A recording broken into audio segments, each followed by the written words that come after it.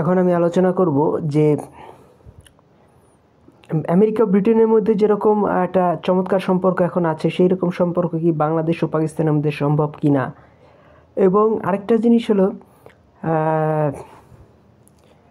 যে আমেরিকা যেমন ব্রিটেনকে mother country বলে, সেরকম আমরা মাদার কান্ট্রি বলতে পারবো কি না পাকিস্তানকে। কারণ যে এখানে আসলে বেসিক্যালি দুইজন দার্শনিককে আমাদের তুলনা করতে হবে। একজন হলেন গিয়া ইকবাল, আরেকজন হল প্রমোদ চৌধুরী।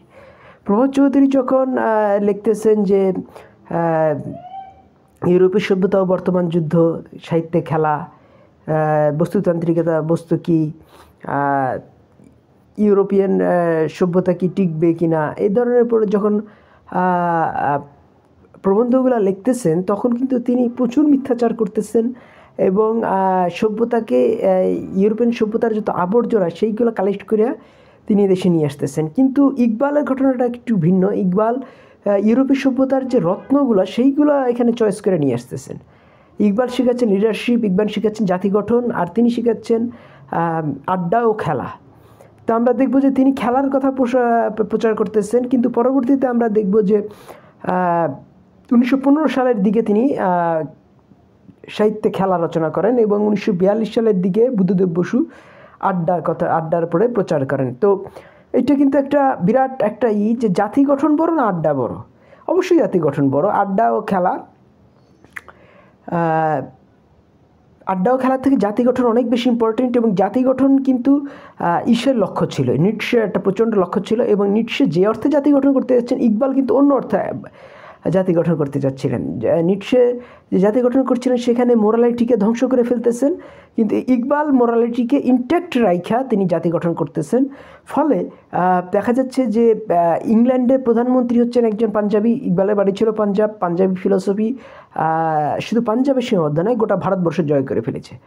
কারণ তিনি ইকবাল বলেছিলেন যে তোমরা ইসে যাও, নাম কি বলে, তোমরা পড়ো, নিশ্চয় পড়ো, যাও তোমরা নিশ্চয় পড়ো, সেই আজর আগুন থেকে আমি ইব্রাহিম হয়েছি। তাহলে এই জিনিসটা আমাদের বুঝতে হবে যে ইকবালের ফিলসফিটা অত্যন্ত চমৎকার, অত্যন্ত মানে career build up, character build up, মানুষকে উচ্চস্থান নিয়ে যাওয়ার দিকে পরিচালিত করে। আর এই ঈশের দর্শনটা, শরৎ এবং প্রমথের দর্শনটা অনেক ক্ষেত্রেই মানুষকে কনফিউজ করে নাস্তিকতার দিকে নিয়ে। যেমন শরৎচন্দ্র কিছু কিছু বই আছে নাস্তিকতার কথা বলছেন, কিছু কিছু বই আছে আস্তিকতার কথা বলছেন। তাহলে এই ধরনের সমস্যাগুলো কিন্তু বঙ্কিমের মধ্যেও ছিল। বঙ্কিম শ্যামও লেগেছেন কমিউনিজমের পক্ষে, আবার পরে তিনি সেটাকে বাদ দিয়ে প্রচুরভাবেই তিনি আস্তিকতার পক্ষে লিখেছেন। কিন্তু কমলাকান্তের দপ্তর দেখা যায় অনেক ক্ষেত্রেই এমনভাবে কথা বলে যে মনে হয় যে তিনি নাস্তিক। তো এই ধরনের ডুপ্লিসিটি কিন্তু, দ্বৈততা, এগুলো কিন্তু ইকবালের মধ্যে না। ইকবালের মধ্যে একটা ক্যানোনিক্যাল ফর্ম আছে, যে জিনিসটা একদিকে গেটেকে সূর্য বলতেছে এবং ইশকে বলতেছে যে আমি নিটশের উল্টা। তো নিটশে হলো নাস্তিকতার পরাকাষ্ঠা আর গেটে হলো আস্তিকতার পরাকাষ্ঠা। জার্মানি দুইটা দিক থেকেই টপ হয়ে গেছে, নাস্তিকতা দুইটার দিক থেকেই। তো আমরা ওই জিনিসটাই আমরা খেয়াল করব যে যখন পাকিস্তান রাষ্ট্রটা গঠন হলো, তখন কিন্তু তিনটা ভিত্তির উপরে, ঈমান, ইত্তেহাদ এবং তানজিম।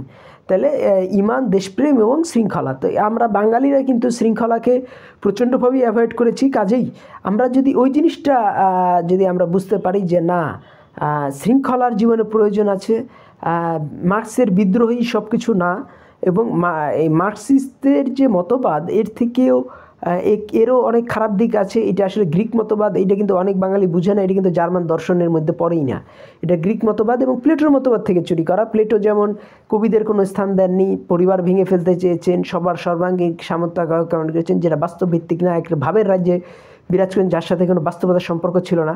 সেই রকম অবাস্তব কিছু প্রস্তাব কমিউনিস্টরা নিয়ে আসছে, যেটা মানে পৃথিবীর অর্ধেক প্রায় দখল করে ফেলেছিল। পূর্ব ইউরোপে সব দেশ কমিউনিস্ট ছিল, সোভিয়েত রাশিয়া কমিউনিস্ট ছিল, কিন্তু এই সব পূর্ব ইউরোপের দেশগুলো গণতন্ত্রে ফিরে গেছে, সোভিয়েত রাশিয়া ফ্যাসিবাদের দিকে ফিরে গেছে। কিন্তু আমরা এই জিনিসগুলো আমাদের বোঝার চেষ্টা করতে হবে যে আড্ডা জিনিসটা বা খেলা জিনিসটা শরৎচন্দ্র না, প্রমোদ চৌধুরীর থেকে নাম কি বলে, এই ইকবালের জাতি গঠনটা অনেক বেশি মর্যাদাপূর্ণ, অনেক বেশি নেতৃত্বময়, অনেক বেশি উদ্দীপনাময়। তাহলে আমার কথাগুলি ভালো লাগে, আমার চ্যানেল সাবস্ক্রাইব করুন, লাইক বাটন ক্লিক করুন। ধন্যবাদ।